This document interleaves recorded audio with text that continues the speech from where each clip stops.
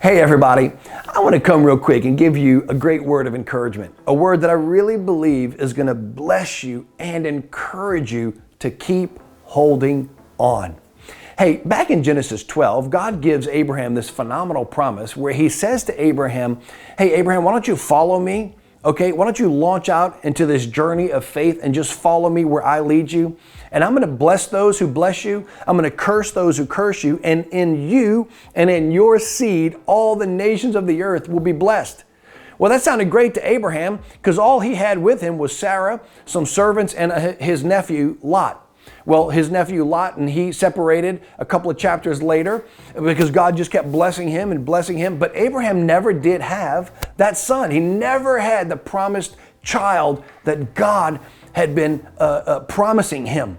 So here it is, fast forward to Genesis 18. Abraham is now 99, 24 years later from when God made the original or gave the original promise to Abraham. 24 years later. Abraham's 99, Sarah is 89. We know she's 10 years younger than Abraham. So God appears to Abraham out of the blue. And maybe Abraham was just working in the field that day. Who knows? He's just doing his regular daily routine. And God comes to Abraham and he says, Abraham, this time next year, you're going to have that promised son that I've been promising you. You've been faithful. You've been walking with me. You've been trusting me. You've been on this journey of faith. You haven't given up. Well, I'm going to reward you. And next year, I'm going to give you the promised child. Well, Sarah's in the background in the tent making an afternoon lunch. And Sarah hears the conversation between Abraham and God. And Sarah says to herself, she begins to laugh and says, really? At this stage in my life, I'm 89. Next year, I'll be 90. My husband will be 100. Really, shall I bear a child in my old age like this? And she begins to laugh. And God gets bothered by this because Abraham's believing, but Sarah is not. And God says to Abraham, why did Sarah laugh? Why did she laugh? And then he says right here, Genesis 18, verse 14, this is what I want you to grab hold of.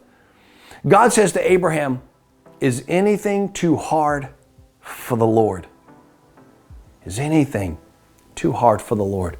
You know, in Isaiah chapter 55, Isaiah, the prophet Isaiah says that God's promises will never return to him void.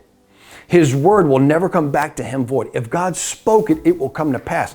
But it's always in God's timing. So here it is, 24 years later in Abraham's life and in Sarah's life, the promise of God is going to come to pass. Abraham at the age of 100 is finally going to hold that promise, that baby. Well, when when his son came forth, Sarah named him Isaac. And the name Isaac means laughter, for God's promise made me laugh. But here he is. I'm finally holding the promise God gave me. I want to encourage you today.